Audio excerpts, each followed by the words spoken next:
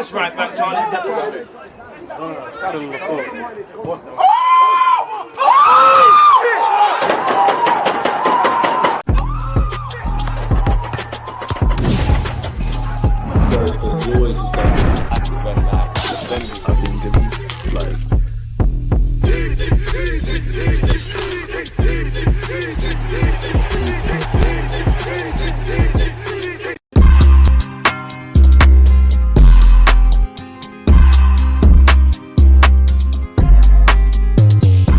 People deluded, I'm back again. Come on, Ian. Come on. As the big man Ian Wright just said there, people deluded, I'm back again. Special guest settings. Northside, what you saying, my dude? You good? Love for doing this. I know you're pressed for time, so we're going to whiz through this. But what you saying?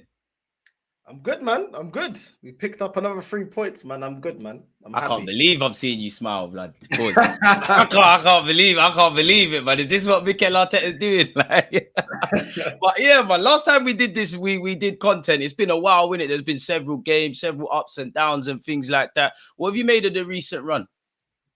No, I think we've been doing our job. We've been doing what we need to do, and it's nice to see not just results but performances.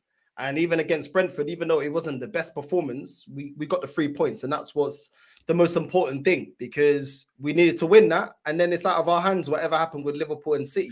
We needed to just do our job. And yeah, it's been nice, man. Listen, we had a pressure game against Liverpool and we rose to the occasion. In years before, we would have bottled it. You know what I mean? One game, you're either, to remain in the title race or you're out. We would have bottled it. And it's good to see that, that we rose to the occasion, and I wanted us to build off of that, and we have built off of that. So yeah, man, praise to the players and big up to the manager, man. He's doing good right now. I think you're misunderstood when it comes to content. I don't know if people see the words you say or the message and don't actually listen, but I think you're very misunderstood. People think like you don't want Arsenal to thrive. And one thing I respect about you, if you're wrong, you'll say you're wrong. You always say, well, people will see something you say, and then you'll say at the end of a sentence, I'm open to being proven wrong, etc., etc. But people don't care about that. As you know, people don't care. Everybody that comments on our YouTube vids, they're genius. They knew everything. We don't know anything. You know how it gets. But surely Mikel Arteta, based on what you said, we've been handling business. Surely Arteta is slowly but surely converting you, man. Do you still? Well, what's your thoughts on the gaffer now, man? Is he still the man for you? Is he the man for you? No, not really. Because I'll keep it real with you, bro. Like, we're not doing anything that I didn't expect us to do, in the sense of we already seen us blitzing teams last season. True. Yeah. The thing that needs to get over the line to convince me is actually lifting a major honor. You know what I mean? We were 93% of the league last season, top of the league. Do you know what I mean? 200 plus days. So we've already seen that we can blitz teams. We've seen that we can beat teams convincingly. We've seen that we can go on a run. We did it last season. But that 7% is where I look at it. And it's like, if we don't get over the line, what's the difference from last season?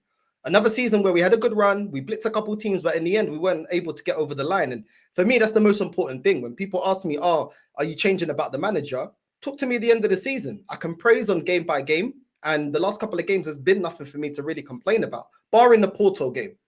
But every question I have about this manager is because he's never shown me. He's never shown me getting over the line for a major honor. He's not shown me that he's addressed the bench, because I still feel like the bench is light. Apart from Trossard on that bench, nobody's really convinced by that. Cedric, our only fit defender against Sheffield United. Obviously, Zinchenko came back yesterday. But yeah, you're right about the lack of depth, man. He does need to adjust. And the mentality as well. Like, when a lot of people come with the narrative this season about, it's better to chase than to be chased. That is because when fans are saying that, it's because they're conceding that we crumble under the pressure. So it's better to be the underdog in the race, and then final moment, let's see if we can win the league.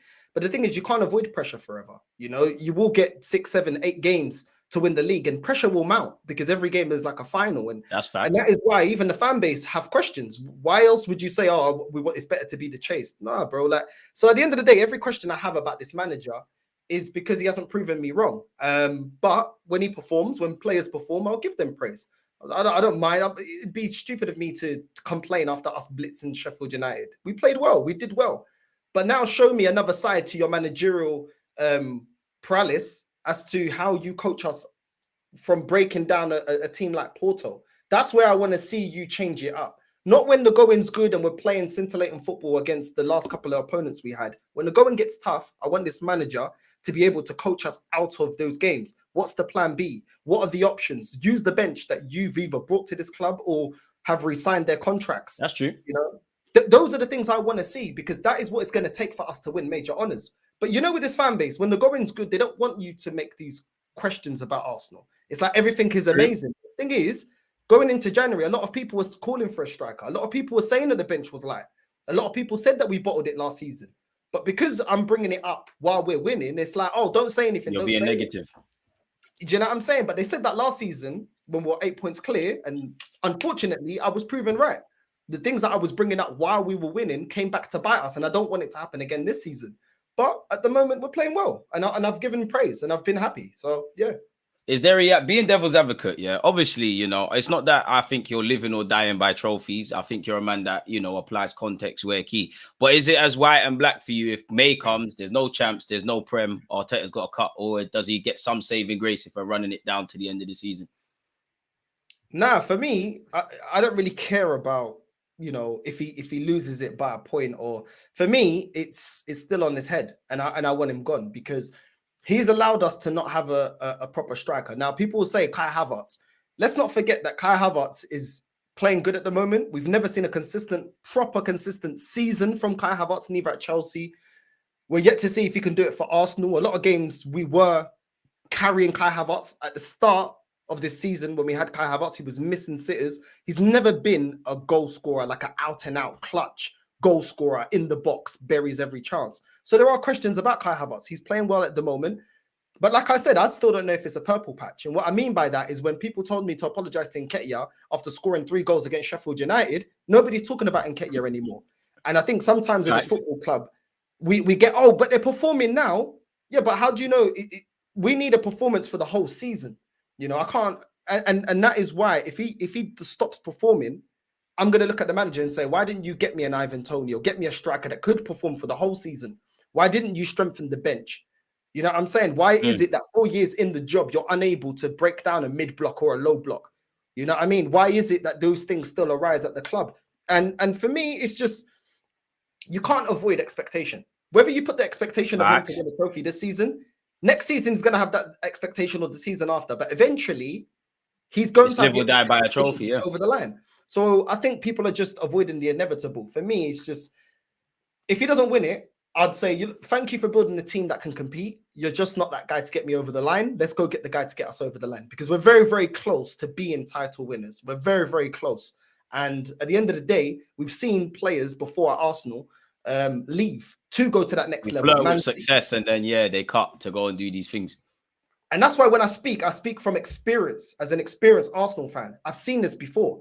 Why did Van Persie leave? To win major honours. Why did Nasri? Why did Fabregas? Why did all these players left to win the Champions? Why did they leave, bro? Because the club wasn't getting it over the line. So ultimately, it's not just about, you know, other fans bashing fans. Players want to win. And when they start being in a conversation of Real Madrid looking at me, PSG looking at me, big clubs looking at me, they want a team that reflects their own value. They want a team that's going to get over the line because their career is short. And we've seen it at Arsenal, bro. Do you know what I'm saying? Players just being like, you know what? I'm sick and tired of being nearly, man. I want to go to a club that is ready to win now. Yes, over the line. And that is why it's important. If you win major honours, you keep your best players and you're able to attract better players because you're already winners. Do you know what I mean? So, yeah, man. You kind of touched on it there, yeah. Now, one thing I will give the club, I don't really think they listen to the outside noise, whether it's been good or bad. You mentioned it there, and I just want to play devil's advocate. Obviously, a lot of our fans have sat there and said, you know what, chasing rather than being chased suits us. Do you think that has any bearings on the players? Do you think that's a benefit to our players? Where are you at with that?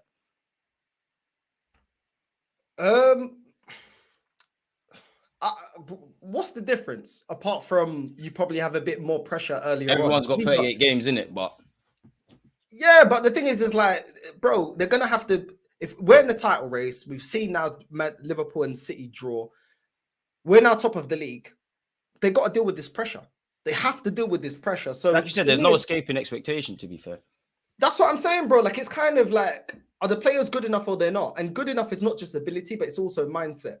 You know what I'm saying? Have they got the mindset of, regardless if we're third or regardless if we're first, you know, with 10, 11 games to go, have you got the mindset to win every game and get us over the line, even if we win ugly? You know, and that will prove your level, because it's not just about ability. There's been loads of players over the years that have ability, but they don't have the mindset. Do you know what I'm saying? Ravel Morrison at Man United, You know what I'm saying? That was another one. All ability, but Mad, didn't man. have the mindset. You know, there's loads of players that have ability. A lot of them go by the wayside because they don't have the mindset. So Facts. listen, we will see. I can't really answer that. I just think it's irrelevant. If you're at a big club and you're about winning major honors, the players should be up for it, regardless if we're the chasing pack or we're first in the league. How much do you think our mindset's changed, man? Because yesterday, to a degree, you know, we've seen previous years where we might have drawn 1-1 with Aaron Ramsdale's mistake. We lost, and that's that. But we got it over the line. Do you think the mindset has become that of title winners or title challengers, or better yet, has it improved from when Arteta's walked in? Or you know what? Let's whittle it down. I'd say from that year we missed out on top 4 to Spurs to now. Do you think there's been a change in that regards? 100% there's been a change. 100% Mikel Arteta does deserve praise for building a team that is. Do you hear that, people? Northside praise Mikel Arteta. You're getting on the channel, blood. Go on. No, they won't hear that because they won't hear that I'm guilty by association. You know what I mean? Because I associate with Lee Gunner. Because I don't. Leave, man. You know what I mean? Big up to my guy Lee. You know what I'm saying? Because I'm cool with Lee Gunner. Because I don't just go with what the masses are saying. I'm just a negative fan. But in reality, I give praise where praise is due. But like I said, the manager deserves props for building this team that is able to compete, to try and fight for titles. The manager does deserve props that the mentality has shifted, that we're not as soft belly as we used to be. You know what I mean? And I'm saying, pause. Yeah, like, because at the end of the day, I can't say we're completely not soft belly, because let's see how we deal with the last 5-6 games. Yeah, we played the end of the season, man. Over the line. You know, that's we get that over the line, and I'll say, okay, we're completely not soft belly anymore.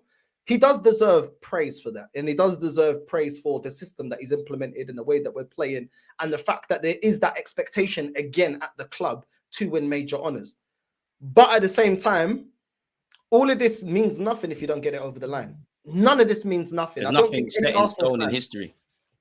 No Arsenal fan rates Poch for being a nearly man at Tottenham. No Arsenal fan rates Brendan Rodgers for being a nearly man at Liverpool. None of the nearly mans for our rivals. Nobody rates them. Ollie getting second with Man United. Arsenal fans don't rate him and say, oh, you know what? He was competed. He put the pressure on. He finished second one season with Man United. He's a top manager. The only managers that we respect really and truly are the managers that get over the line. Do you know what I mean? And even Arsene Wenger, like, yes, the last 10 years was crap, but the reason he was Arsene Wenger was because of the 3 Premier League titles, was because of all the FA Cups. You take that away, and nobody puts him up there as our greatest ever manager. So this is the thing, like, this manager is all good being a nearly man, but you have to get it over the line, you know, and if people really believe in this manager, then the expectation of the project should be to get it over the line. Because when the project failed for Lampard at Chelsea, he got sacked. When the project failed with Man United with Ole, he got sacked. The project's failing with Ten Hag right now. He's eventually going to get sacked. Do you know what I'm saying? So now we need him to stay in that job, broski, man. He's the best manager in the league, cuz. But this is the thing, like, sometimes what annoys me with Arsenal fans is, like, our project needs to always be this ongoing project. Nah, if they don't fruition into trophies, managers get sacked when you're in the big clubs, bro. And that is what it is. Like, ultimately, I couldn't care less I don't really care who the manager is. All I want is titles and trophies for my club, because that's the only thing in football that's undisputable. And Arsenal fans always talk about respect and putting respect on Arsenal. The only way you gain proper respect from your rivals and people from envy you because you win trophies. It's trophies. People didn't want to respect Man City. People are still talking about the 115 charges, but you have to respect them because of what they've won and what they've accomplished. There's no taking away from it. Or not. Do you know what I mean? Man United are forced to respect them because of the trophies. And that's how it works in football. People didn't like Chelsea. I remember back when you'd go in the Sun newspaper and you'd go to them and you'll see Chelsea buying Fernando Torres £50 million. People were saying, oh, look at all this oil money, this and that. But you had to respect it when they're winning leagues, when they're winning Champions Leagues. And that is how you get respect. Not going online and typing, why doesn't people believe in the project? Nah, bro. Once the project starts bringing trophies, that is when it's respected. Pep came into the league. People were dismissing Pep, saying, oh, we can do it in Barca, you can do it in Bayern. They didn't respect him until we won a Premier League. That's when he started getting respect. Do you know what I'm saying? People were saying, oh, could he win the league with us without a striker? People were disrespecting him. As soon as he won those trophies, boom, the respect was forced, bro. You had no option. You had no choice but to fuck with him, yeah. I think you're bang on the money there, man. And I think, again, I agree with a lot of what you say. I think that's where you're misunderstood. I think I've got love for what Mikel Arteta has done, what he's assembled, you know, up until this point, how it was when he walked in the door. But I do agree with you in that, you know, I'm a bit more excuses than you, but I do agree with you in the sense of one love for the rebuild. Now it's shifting to can you deliver a trophy, whether it was last year, this year, or next year. And I do think people like to have their cake and eat it with Arteta. Like for me, I rate him quite highly. So if you don't get things over the line, naturally, I'm going to ask you questions. If I didn't rate you and you don't win a league, etc., then there's question marks. What have you made of Kai Havertz, man? Because as you said, and I do agree, the jury is still out, but he's playing out of his skin right now. No one cares about the 65 million. Where do you see it? Do you think potentially he's in Arsenal's strongest lineup? Do you think he's a striker or a centre mid? Where you at with Kai, man? This guy's a unique case, man. I don't really like the player. I don't like players that are not technically gifted. I don't like players that only have one tool. Like, for example, like I like players that have different tools in their box. Do you know what I'm saying?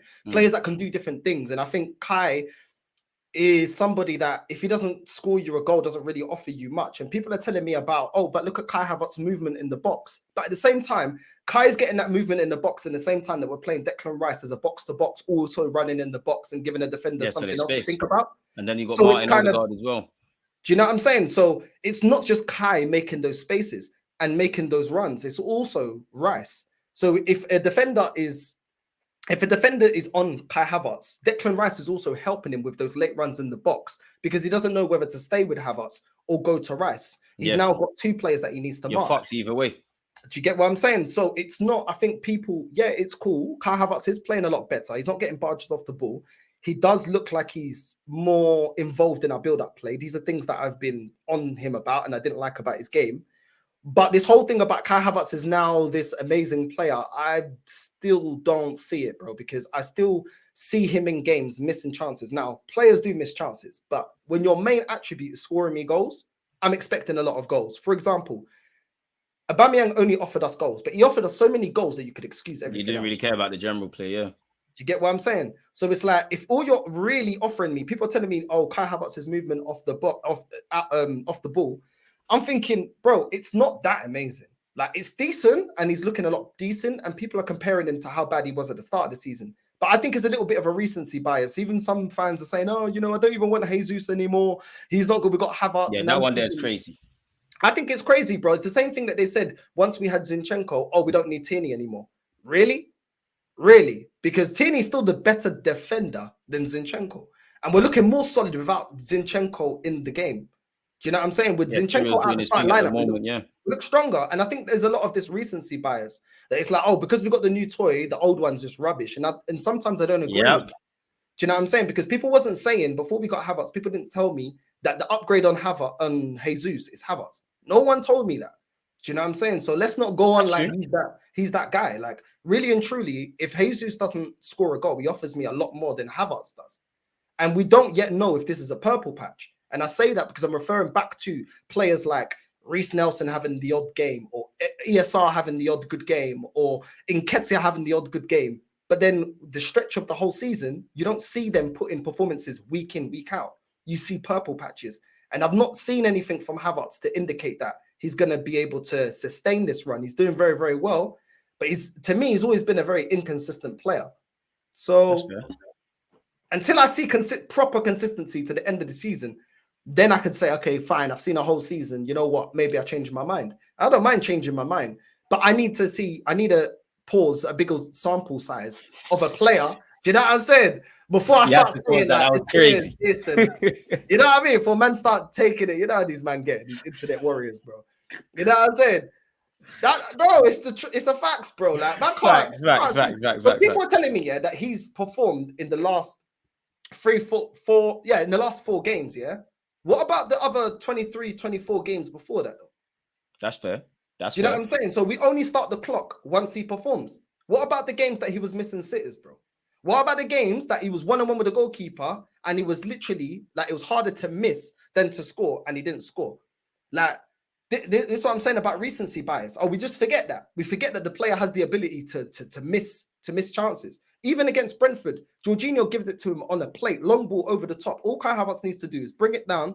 He's 1-on-1 with the goalkeeper, score, he misses. He doesn't even control the ball to even get the shot on. Do you know what I'm saying? Those are the fine margins, bro, especially against teams like Porto, where we're not going to get a lot of chances. They're going to sit back through the dark arts. We need a striker that's going to bang chances, which is why when we had about, 30 shots on target, 30 shots at total against West Ham. Yeah, I knew you was going to mention that again. People were talking about we need a striker. Why? Because you need somebody that's going to be clutch, even if they get a half ball a in the chance. back of the net. But you know what I'm saying? Like I said with this fan base, man, because the going's good, they don't want to mention that. You're negative if you mention that. But it is what it is. It was popular to mention it before January transfer window. Now you can't mention it because we're on a good run. You're bang on the money, man. You're bang on the money, man. I think Kai Havertz, I'm not going to lie, like yourself, wasn't convinced. I'm more trusted in Mikel Arteta signing than Kai Havertz themselves. I still think the jury's out. He's doing his thing. Long may it continue. I don't know. I think right now you look better as a striker than in central midfield. As you said, in terms of build-up play, I don't really want to see that from Kai Havertz. So shout out to the manager for finding a player's limitations and enhancing what he's good at. Long may it continue. Would you, before I get on to, obviously, you're Portuguese, I want to ask you about that sporting lad, Goqueres. I want to ask you about Porto. But just before that, before we get into those last two questions, Ramsdale made another mistake, man. Well, what do you make of that mistake beyond the obvious? And what do you have that mistake down to? Is it psychological? Is it a lack of game time? Or is it just Ramsdale being Ramsdale? I think with the Ramsdale thing, I'm just kind of done with this guy because really and truly, it's like you made all that drama doing like a Ronaldo Piers Morgan drama about, oh, I'm not getting game time. I'm not getting. And your dad was chatting. Do you know what I'm saying? At the start of the season, Raya was dropping stinkers. You had a chance to assert yourself to be our number one again because Raya wasn't proving himself at the start of the season. Both of them distribution out from the back was atrocious. Both of you were making mistakes. It's like you didn't grab that opportunity. That was an opportunity to be number one and bench Raya. Because Raya, the jury was still out at the start of the season. Well, Raya's making a mistake one week, Ramsdale then making another mistake. So you can blame the manager, but when he was giving you opportunity at the start of the season, you didn't grab that opportunity by the scruff of the neck. Then you're coming in because Raya can't be in the game against Brentford, and then you're dropping another stinker. And it wasn't a hospital pass. Like the pass today from Ake to the Man City goalkeeper. He sold Ederson down a river there, man. Put him in trouble. If it was something like that, I would put the blame on the defender. It wasn't. He took a touch and took forever to kick it out. Trying to but do then too you much. Want to complain about game time. You're literally handing the manager every reason not to play you. You're backing up the manager if he says, yep, that's why Raya is in. Do you get me? So it's like, it's all good complaining, bro. But when you're getting these little golden opportunities, you're not showing why you should be playing. And as I said, I feel like every player in this team, it shouldn't be by name. It should be by performances. What if you're doing, you play. Do you know what I'm saying? But you're not performing. And on top of that, you're not performing when Raya's been absolutely amazing in our last couple of games, and we're having an incredible defensive, the defensive solidity at the back. Why would the manager say, yeah, let me play Raya, let me play Ramsdale against Porto, let me play Ramsdale against Man City coming up? Why? You've not given him any reason to do that. You've not put your hat into the ring, 100%. Do you get what I'm saying? And then when we're seeing players like Trossard, let's keep it real. Trossard has been the most unlucky out of our front line. Because you wish you could play 12 players. He deserves a lot more game time, Trossard. He weren't amazing yesterday. Do you get me? When Havertz wasn't performing, the manager shoehorning him in the midfield. Then Havertz is still not performing, shoehorn him up front. Havertz still not performing, he'll come good. Trossard didn't get that. Trossard would perform and in certain games get put on the bench. Or Trossard would drop a stinker and just off of one bad performance, he's on the bench. And I've never seen Trossard come out with his dad talking about all this stuff. Do you know what I'm saying? Man's kept his head down and was like, yo, I'm going to play ball. But Ramsdale is just running to his dad like, yo, dad, come back the thing for what? Do you know what I mean? Grown-ass man. I actually think like if there's a player that is more warranting this season to be a little bit upset about game time, it's Trossard, bro. Because if this guy dares drop one stinker, bro, he's on the bench straight away. Do you know what I'm saying? Where other Martinellis and Sakas and that, they playing week in, week out, no matter what. Havertz, week in, week out. Even if you don't perform, still in the starting lineup. Do you know what I'm saying? So Ramsdale, why do you feel like you deserve to start a game when you don't perform when asked to perform? Facts. I don't think you can have anything to complain about with that, man. And I think when you do the talking, that's what opens it up. I'd say the most disappointing thing with Ramsdale now is you look like a charity case, man. Like, obviously, ironically, I think it was Brentford away. At the end of the game, they're all hugging him like he's a special kind of guy. Yesterday as well, I like the fact that they surrounded him and tried to G him up. But it's long now. It's a charity case now, man. Like Ramsdale, one love. I think, you can leave with your head held high because you weren't really given a chance by Arsenal fans. People said back-to-back relegations, and you've done all right. I don't think Raya's amazing. I don't think Raya's been amazing. I don't think Raya's up there in comparison to Ramsdale. But as you said, right now, he's better than you. The form has been there. We've been getting clean sheets. Large part of that is with Raya, so he can't complain. Obviously, you're Portuguese. Talk to me about Porto, man. Where you at, man? Do you think we're coming back in that? Where you at with it, man? What do you expect from Porto on Tuesday, man? Champions League's in the balance, broski. Nah, listen, we should do. We should be beating them. We're a better team. Let's keep it real. We are a better team, and we spent more money than them, etc., etc. There's every reason we should be favourites in this tie. Now, the problem is they clearly aren't naive. The manager in the first leg said they have to come and show us why they're the favourites. Yeah, and you can see that he's set up to nullify us. And I don't see why he would revert from that after getting the 1-0, come to the Emirates and open up. He knows if he opens up, we're going to blitz them. Yeah. He's not going to open up. 4, 5, 6. Do you get me? So we have to force their hand for them to open up. But then we need to break them down. And what is it that this manager's going to do to break them down? Because I keep saying this and all I get, oh, you're toxic and negative, you're this, you're that. Blah, blah, blah.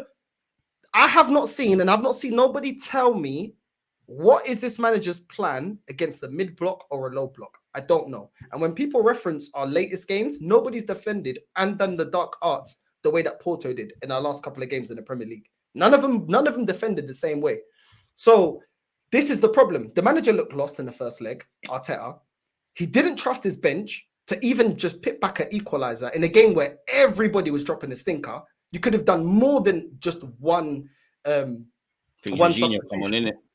Do you know what I'm saying? So it's like, I personally, I hope that we beat them. I want us to obviously beat them, and I'm an Arsenal fan, and I hate Porto because I'm also a Benfica fan. But at the same time, I can see them going and saying, we're just going to protect our lead. And we're just going to sit back, break us down again. You couldn't break us down at home, break us down now. We're just going to sit back. And the only time we'll open up is if you get the equalizer that will force our hand to open up. But we'll just defend the lead. Because they're not in a rush to get a goal. They're not the one that's 1-0 They're in the driving seat. They're in the driving seat, bro. And it's gone their way. 1-0, they'll take that. They probably would have obviously took a 2-0. But they're like, yo, we'll take that. You not break us down. We're not opening up because we know what Saka would do. We know what Havertz right now is in good form. We know that Jorginho and Odegaard are going to find little pockets of space and intricate passing. We're not doing that.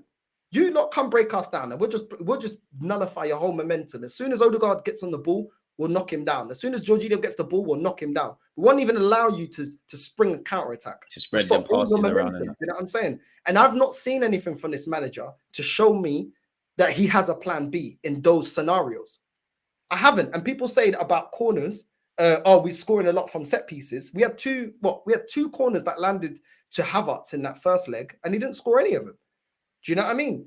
And even against Brentford, we had a couple of corners. The first half of the second half, the first 15 minutes, we had just corner after corner after corner. We didn't score any of them. So it's like, we're not going to consistently score from set pieces. So then what's the answer if we don't score from set pieces? And that is something that this manager needs to answer. And that's what I'm saying. So for me, we should be beating them, but I can see us going out to Porto. I can see it.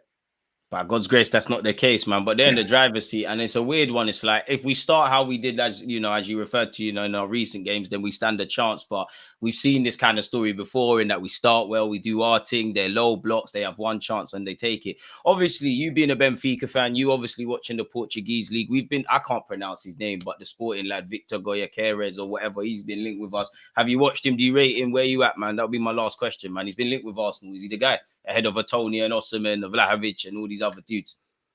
Gyökeres, I don't think he's worth the money that they want. They're not going to give it. They're not going to sell for peanuts. Portuguese teams, they only make money by selling at premiums.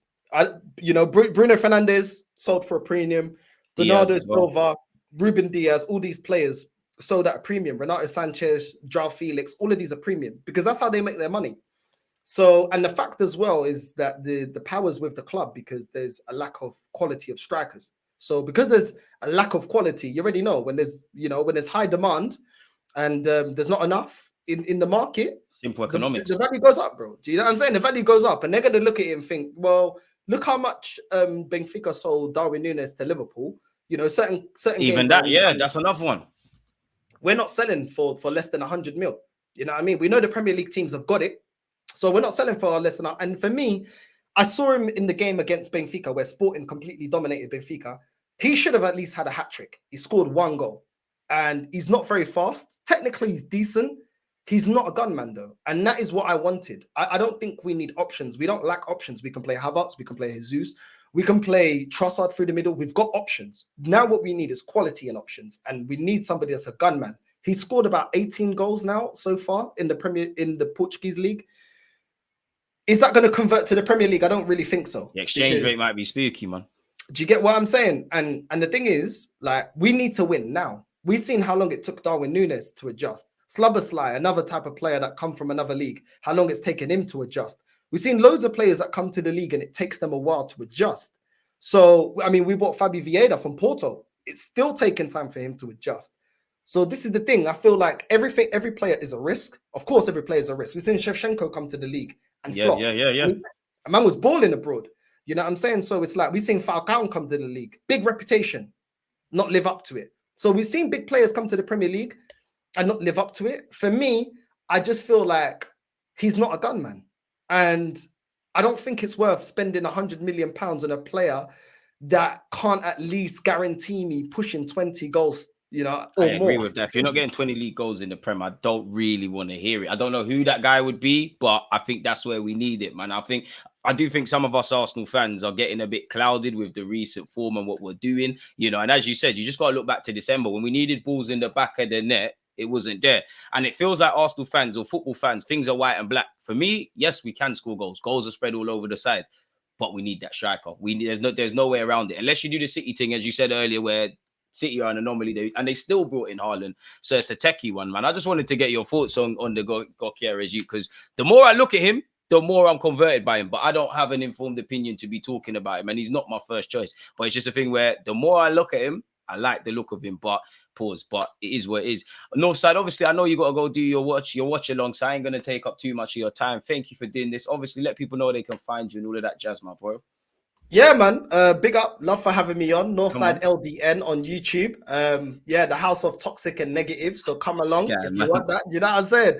No, man, you gotta just have fun with it, man. I really just the thing I really just don't care, it, man.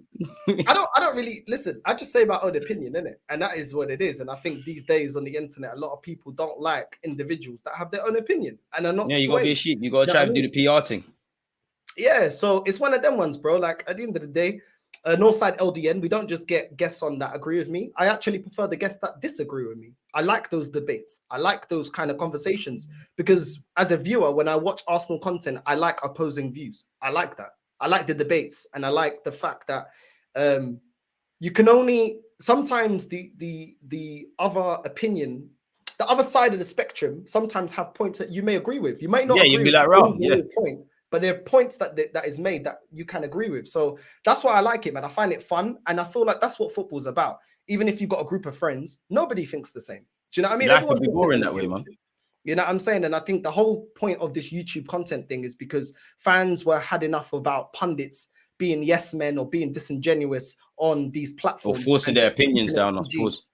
And I think that's why YouTube fan content was created, to be raw. Whether you agree with them or not, you're getting somebody's raw opinion. And I think that's the beauty of it. And that is what should be celebrated, not people trying to force people to think exactly like them, because you can get that on these platforms, Sky Sports, ESPN, all these, they will tell you exactly what you want to hear. This is a different type of content. And I think that's what makes YouTube special, and what content creators do on this special, because you're getting it, whether you like it or not. You're getting a raw opinion, whether you like it or not. And I think that should never be lost on this platform. And yeah, man, I try to do it on my channel. Not everybody agrees with me, and not everybody sees football the way I do. So yeah, man, Northside LDN, toxic and negative. Make sure you like and subscribe. Make sure you like and subscribe to Deluded Gooner as well. Do you know what I'm saying? Man. But yeah, man, hopefully we win the league. And I'm in the mud, but I'm coming out the mud with a muddy Premier League. I can't, please, I want to be proven wrong. I genuinely want to be proven wrong. I really want Arsenal to win, bro. Do you know what I'm saying? Like, no, it's true, bro. I haven't seen a Premier League, bro. I was 13 the last time we won the league, bro. Brother, I was in primary school, my guy, bro. That is such a long time ago, man. Like, it's ridiculous. It's ridiculous. We've got a lack of pedigree. I remember being called a glory, and you're older than me, so you probably remember it. But I remember being called a glory hunter for winning with Arsenal. that has obviously significantly changed, my boy. So it is what it is. But you heard it from the horse's mouth. You know where to follow him. Hopefully, you know, people have seen a different side of you because as I said at the start, I think you get a bad rep. I think you love it, but I think you get a bad rep. I think when people actually listen to you, you have your opinion, but as you just said, you'll listen to the other debates. So yeah, people, man, subscribe to the channels, follow the channels, listen to what the guy has to say, and then make up your opinion whether you believe in him or not. Make sure at this moment in time you're supporting his channel because he does watch alongs and all of that other stuff, man. So yeah, big up yourself, my boy. Let me let you get out of it because you got things to do, man. One love for doing this, man. Like, comment, subscribe. Peace, folks, man. Done now. Safe. Because you always use that active red light, defending. I think it's like